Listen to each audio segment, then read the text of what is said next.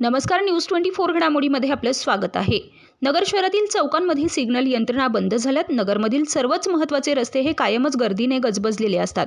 तेथील सिग्नल यंत्रणा बंद असल्यामुळे छोटे मोठे अपघात होण्याची शक्यता असते।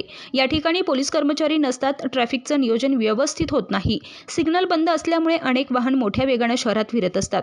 भविष्यात महत्त्वाच्या चौकामध्ये मोठ्या प्रमाणात अपघात होऊ शकतात। तेथील सिग्नल यंत्रणा लवकरात लवकर चालू करावी, यासाठी मनसेतर्फे आज निवेदन देण्यात आले। यावेळी शहर उपाध्यक्ष किरण रोकडे, संकेत पाळंदे, नितीन जायभाय, मोहात कुलकर्णी, समर्थ मुर्तडक, ओम जगताप, ऋषी सोनावणे, स्वप्नील वारे, योगेश तांदळे हे उपस्थित होते।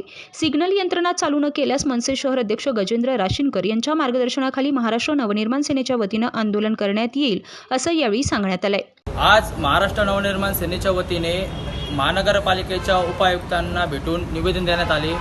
महानगरपालिका हद्दीतील जे काही रोड आहेत, नगर शहरातील जे काही रोड आहेत, जे काही मेन चौक आहे, सिग्नल आहेत, त्यामध्ये एक उदाहरण घ्यायचं झालं तर पत्रकार चौकातील जो सिग्नल आहे तो गेले 1 ते 1.5 महिना झाला आज बंद आहे।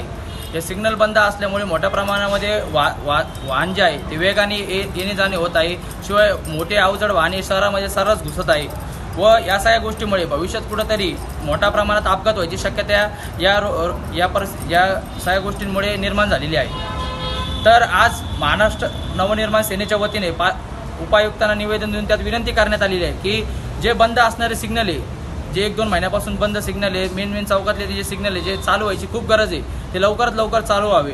जर ते चालू नाही झाले तर महाराष्ट्र नवनिर्माण सेनेचे शहर अध्यक्ष गजेंद्र राशीनकर यांच्या मार्गदर्शनाखाली महानगरपालिकेच्या आवारात मोठ्या स्वरूपाचे आंदोलन करण्यात येईल। प्रतिनिधी स्वामी गोसावी, न्यूज 24 घडामोडी, अहमदनगर।